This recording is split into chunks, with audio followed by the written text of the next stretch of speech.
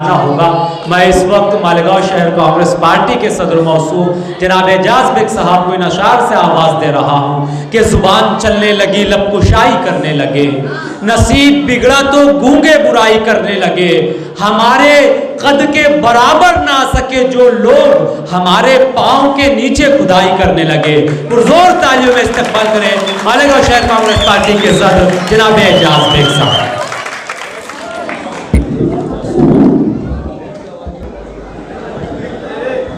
औज़ुबिल्लाहिमिनश्शैतानिर्रजीम बिस्मिल्लाहिर्रहमानिर्रहीम। आज की इस अज़ीमुश्शान मीटिंग में आए हुए तमाम बुज़ुर्ग हज़रात, नौजवान साथी, स्टेज पे बैठे हुए तमाम पदाधिकारी, मैं समझता हूँ कि गुरुवार वार्डों के अंदर दूसरी या तीसरी टाइम बात करने का मौका मिला। इससे पहले मैं जब कांग्रेस में था तो सैलानी चौक के जलसे में तकरीर किया करता था शेख रशीद साहब के साथ में। आज मालेगांव शहर के अंदर ये जो इलेक्शन होने जा रहा है 2024 के अंदर असेंबली का, मैं एकदम संजीदगी से आप लोगों को बताऊंगा और आपको संजीदगी से सुनना है। 15 मिनट का वक्त है मेरे पास। 15 मिनट के अंदर मैं आपको जो बात बताऊंगा तो मैं समझता हूं कि शायद अगर मैं कोई बात गलत करूंगा तो उसके सवाल का जवाब भी मेरे से जलसा खत्म होने के बाद बोलना कि तुमने ये बात गलत बोली। आज मालेगांव शहर के अंदर गुज़िश्ता 5 साल से लेकर 3 महीना कंप्लीट रह गया इलेक्शन के लिए।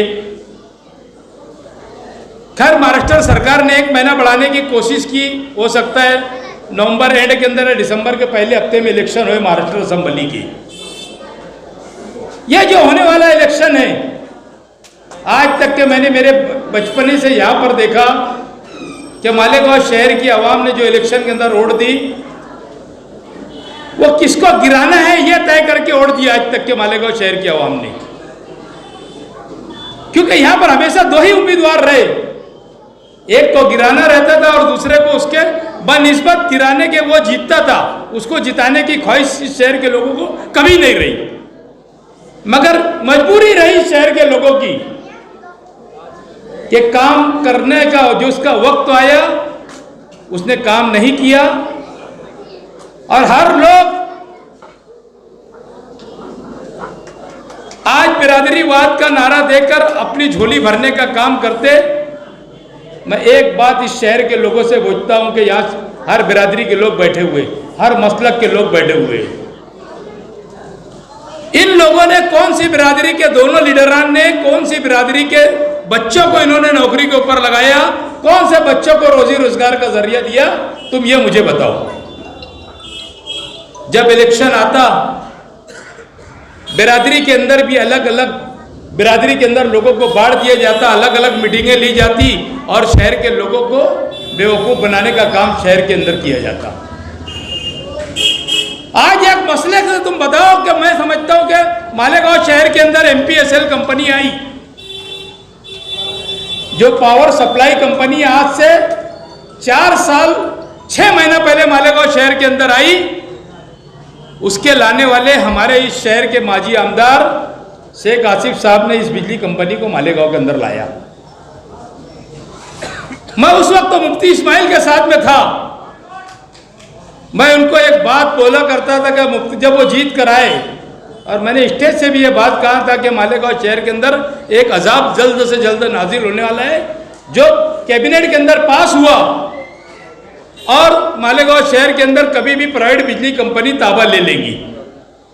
जब मुफ्ती इस्माइल साहब जीते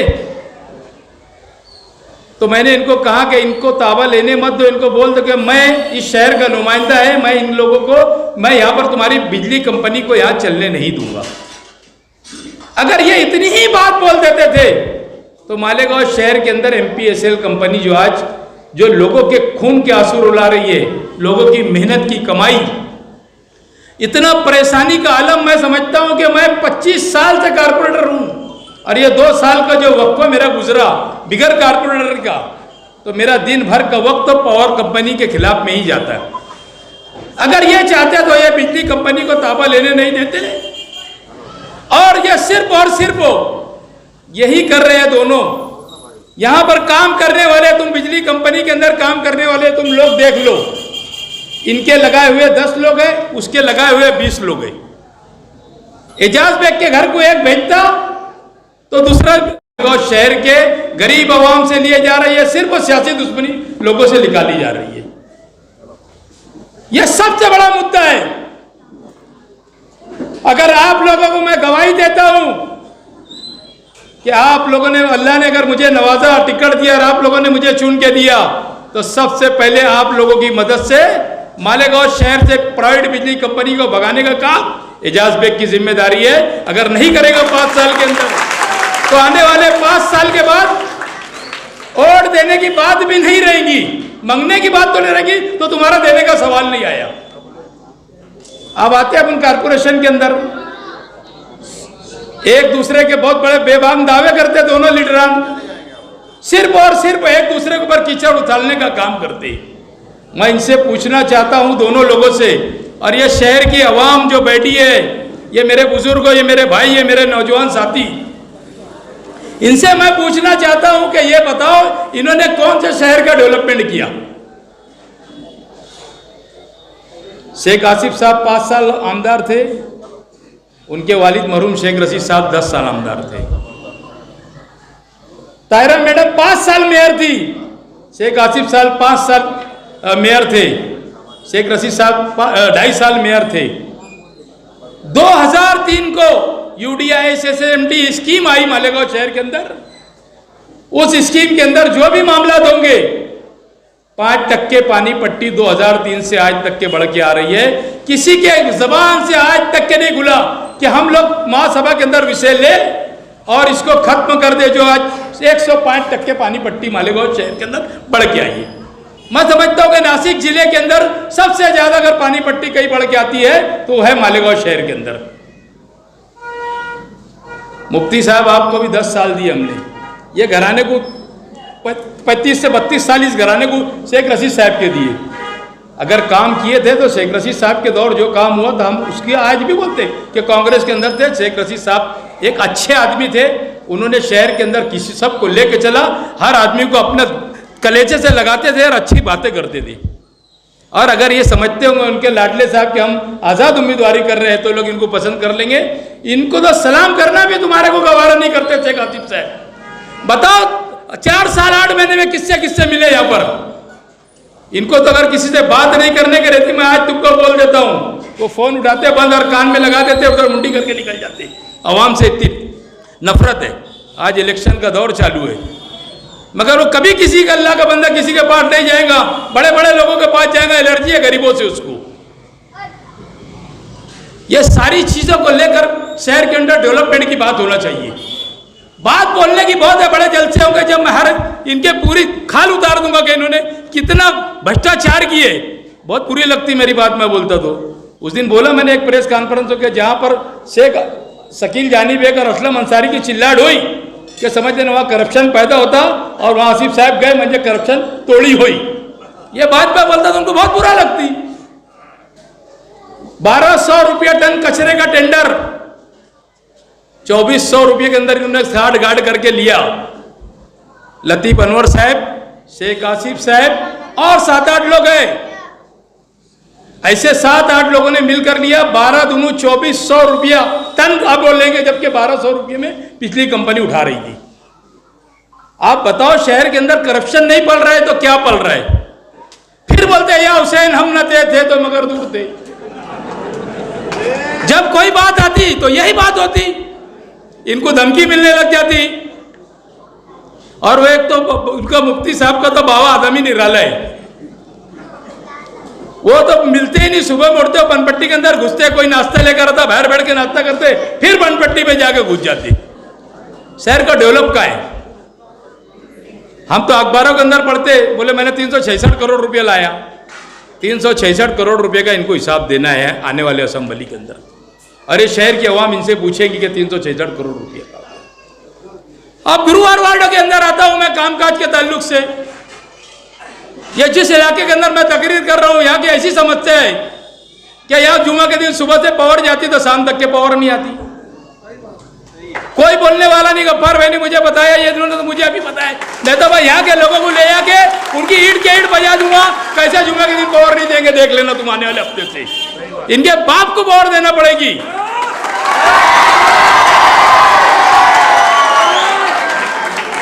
हम अवाम की मदद के लिए आए और अवाम का काम करेंगे। आज 4 नंबर प्रभाग देखो, तीसरे माले के ऊपर जाना पड़ता, आदमी जाते जाते थक जाता, माँ बहनें परेशान हो जाती। आज मुकुंदवाड़ी की हालत देख लो, इतना बड़ा वहां पर वो बनाई गई थी, वहां पर इमारत, उसको तोड़ कर तहस नहस कर दिया गया।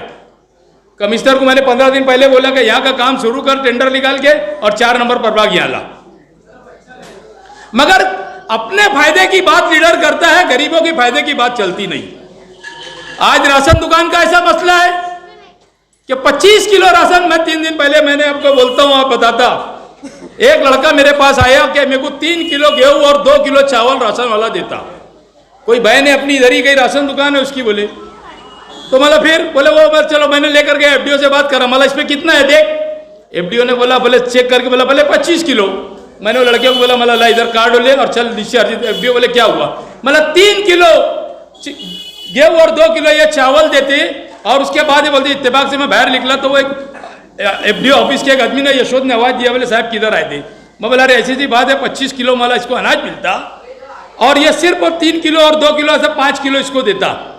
तो उसने इत्तेफाक से, वो भाई हमारी माँ बहन जो भी यहाँ पर राशन चलाती वो खड़ी थी, उसने उसको बुलाया, बोले तो तुम्हारा मतलब क्या हुआ, मतलब तुम इसको 3 किलो और 5 किलो अनाज देते, 25 किलो राशन का अनाज आता। तो उसने क्या वाली जान दो, बोले भैया मतलब नहीं, अब मैं अर्जी ही दूंगा और इसका बराबर इसका काम करूंगा, बाद में सब बात होगी, बात कोई होगी नहीं। मैं आप लोगों को एक बात बताता कि आप लोग जब राशन दुकान के ऊपर राशन अनाज लाने के वास्ते जाएंगे, आप उससे स्लिप मांगो। क्या करना है आप लोगों को, दोनों लोगों के ऊपर यही अमल करना है, क्या ले लेने का है और इनको काम बताने का है। तुम्हारे बच्चों का मुस्तकबिल 200-500 रुपए की ओर से तुम खराब मत करो। आने वाला वक्त तो देखो, मालेगांव से कांग्रेस पार्टी तुम्हारे खांधे पे खाना रख के चलेगी। मैं सुबह 9 साढ़े 9 बजे घर से निकलता तो 2 बजे तक के काम करता, या ऐसा नहीं कि आज इलेक्शन है तो मैं काम कर रहा।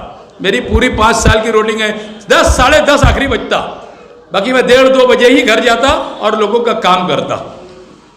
शहर के अंदर काम एक नहीं अनेक काम है। आज वक्त तो नहीं है, वक्त 5 मिनट ही बचा है। मैं 5 मिनट में अपनी तकरीर को खत्म करूंगा और मैं ये लोगों को आपको बोलने के लिए खड़ा हुआ है कि अभी जो भी है, आज एक नाला बनाया गया था कोहिनूर मस्जिद से लग के, इसके लिए नाले का काम हो रहा था कि भाई आज़ाद नगर, गांधी नगर, अयूब नगर, ये एरिया के अंदर जो पानी भर जाता उसके लिए वो नाला बनाया गया था। इसके अंदर भी इतना बड़ा करप्शन हुआ नाले के अंदर, 2 करोड़ 39 लाख का टेंडर निकला नाले का। 2 करोड़ 39 लाख रुपए का नाले का टेंडर निकला, नाला बना वहां से वहां तक के, अथरपिया मस्जिद तक के, और उसको आज तक के जोड़ा नहीं गया। अगर वो जोड़ देते तो इधर की जो तकलीफें है ये दूर होंगी। उनको लोगों की तकलीफ से कोई लेना देना नहीं, उनको करप्शन से लेना देना। उन्होंने उनका काम कर दिए, अब लोग गए भाड़ में, ऐसा हिसाब है इनका। बाकी अवाम इतनी चालाक हो चुकी। अभी मैं बोलता हूँ अगले महीने के अंदर मैं वो सरकारी दवाखाने से लेकर तो अहमदिया मस्जिद तक के सीमेंट रोड का काम शुरू कर रहा, जो नीचे था वो ऊपर आ जाएगा, कम से कम लेवल हो जाएगा। खलील साइड की साइजिंग के रोड का भी मैं काम शुरू करने वाला है। छोटे कब्रिस्तान से लेकर 3 गंदी, छोटे कब्रिस्तान से लेकर तो आजाद नगर पुलिस स्टेशन, ऐसे मैंने 10 करोड़ रुपया जो गवर्नमेंट से लाया था उसका आज परमा का काम हो गया। कलेक्टर साहब से कल 2 दिन में फाइल आ जाएंगे, 8-10 दिन में टेंडर निकल जाएगा। मैं अगले महीने के अंदर काम की शुरुआत करूंगा। हम कुछ नहीं होने के बाद इतना काम करते, तो इनसे अवाम ने पूछना चाहिए कि ये शहर के अंदर का तुमने लाल किला बना के दिए, सिर्फ और सिर्फ दोनों क्या करते, एक मुफ्ती इस्माइल को बोलता और मुफ्ती इस्माइल शेख आसिफ को बोलता, अरे भैया ये क्या सरकारी नौकरी थी क्या, तुम अनुकंपा पे लग गए, आप घर जाओ, बहुत हो गया। सरकारी नौकरी थोड़ी दी है कि बाप बेटा पोतरा सब आएंगे तुम सियासत के अंदर। ये अनुकंपा नहीं है, ये अवाम का कंपा है। अवाम आप तुमको शहर का रास्ता दिखाएंगी। आने वाला वक्त आपके हाथ में होगा, आपका मुस्तकबिल तय करेगा कि आप लोग किस तरीके से कांग्रेस पार्टी के साथ रहेंगे।